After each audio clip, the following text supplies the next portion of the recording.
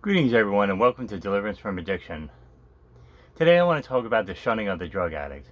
Unfortunately, society's attitudes towards drug addicts is very negative, with shunning being the prevailing attitude towards drug addicts.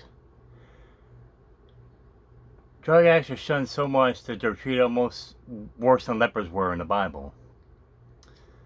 They're not to be spoken of if they're in your family because of the shame that they would bring on your family. They're people that nobody wants around. They're often considered the black sheep of the family.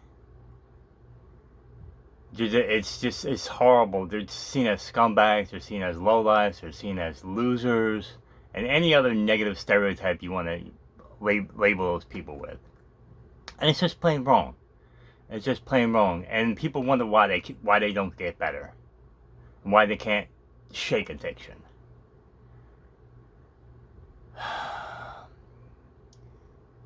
This attitude is just wrong. Just plain wrong. I've experienced this when I was hanging out with my best friend. When I met my best friend for the first time, who was a hardcore drug addict, the hardcore drug addict I ever met in my entire life in the 10 years that I've been ministering to drug addicts. And I had family members tell me to stay away from her, that she was a known drug addict and a known prostitute. Both statements which were absolutely true at the time. But I told my cousin who told me this that I knew what I was doing and don't worry about it. You know, I understand her concern about it, about her dragging me down to her level. But I told her, trust me, I know what I was doing because I knew God was behind it. And so 4 years later, after my friend that I met in 2014, who was now my best friend, was completely delivered from drug addiction by the power of God. Completely. And has been clean for 7 years now and will never go back. And has publicly stated she will never ever go back. And can never ever see her going back whatsoever.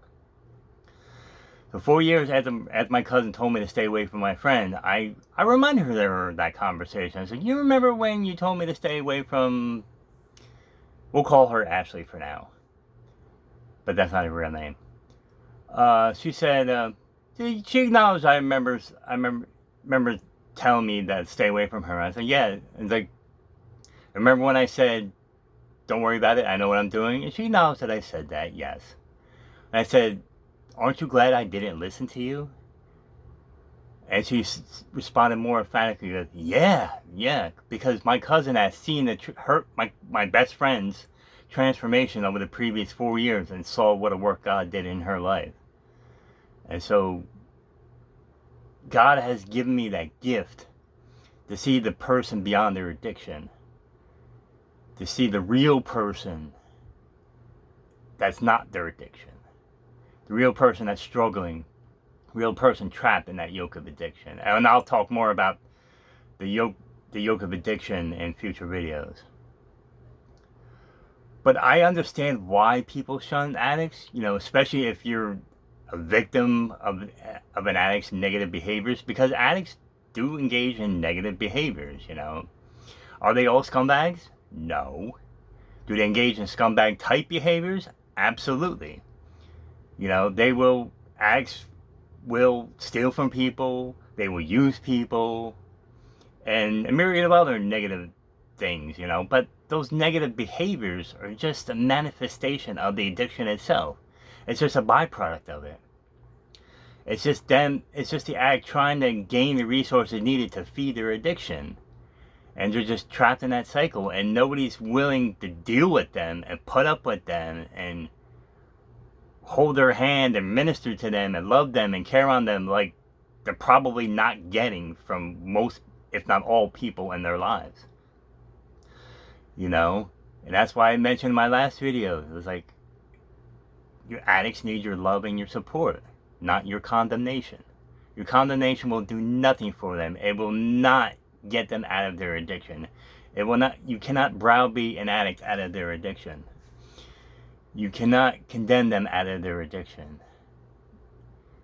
They need your love and support as they work through their process of getting free from their yoke of addiction. And it's a process. It takes time, and everybody's process is different, and everybody's process takes a different amount of time. But you need to be patient with them. You need to love them. You need to support them, not condemn them. Because addicts are dealing with a lot of things besides whatever the addiction is, and whatever efforts they're trying to go through to get through to that addiction, you know. A lot of it can be, a lot of addicts that I personally met have a lot of some sort of unresolved trauma in their past. And a lot of times the addiction and drugs are just a coping mechanism to that, and a trauma response to that addiction.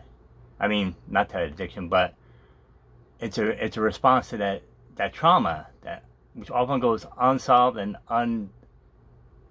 what's the word I'm looking for? It's not being dealt with, in other words. It's not dealt with. So many addicts I know have unresolved trauma in their past that have never been dealt with, that they either don't know how to deal with or they don't want to deal with because it's too painful to deal with it. So, and I'll talk more about trauma in a future video as well. So, in conclusion, don't shun. If you have an addict that you know in your life, don't shun them, because that's the worst possible thing you can do. Because of society's attitudes towards addicts and shunning them, the only people addicts tend to hang around are other addicts, and then you wonder why they don't get better. You know, that's one of the reasons why when I met my best friend, she went to a rehab center for the first time a couple months after I met her. I was forced to go to a mandatory 1-hour family therapy session before being able to visit her. And one of the biggest takeaways I got from those therapy sessions was the importance of addicts to stay away from people, places, and things that are triggers for their addiction. And because of the whole shunning experience, most addicts only hang around with other addicts, which is one of the worst things they could possibly do. Because an addict's number one trigger are other addicts. So, love the addict in your life, care for the addict in your life, support the addict in your life, and help them to help themselves. Find resources for them, such as this channel, for example, amongst others.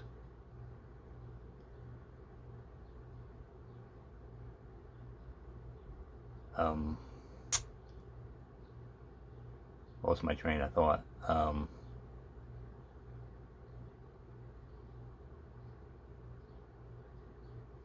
I'll probably think of it and put it in another video. So, I don't want to make this video too long. So, we'll be seeing more of each other in the future, both for you, the addict, and for you who love the addict. Please take this advice to heart and think about it and meditate on it and pray about it, because both of you will be better off in the long run for it. Thank you, and God bless you all. Have a good evening.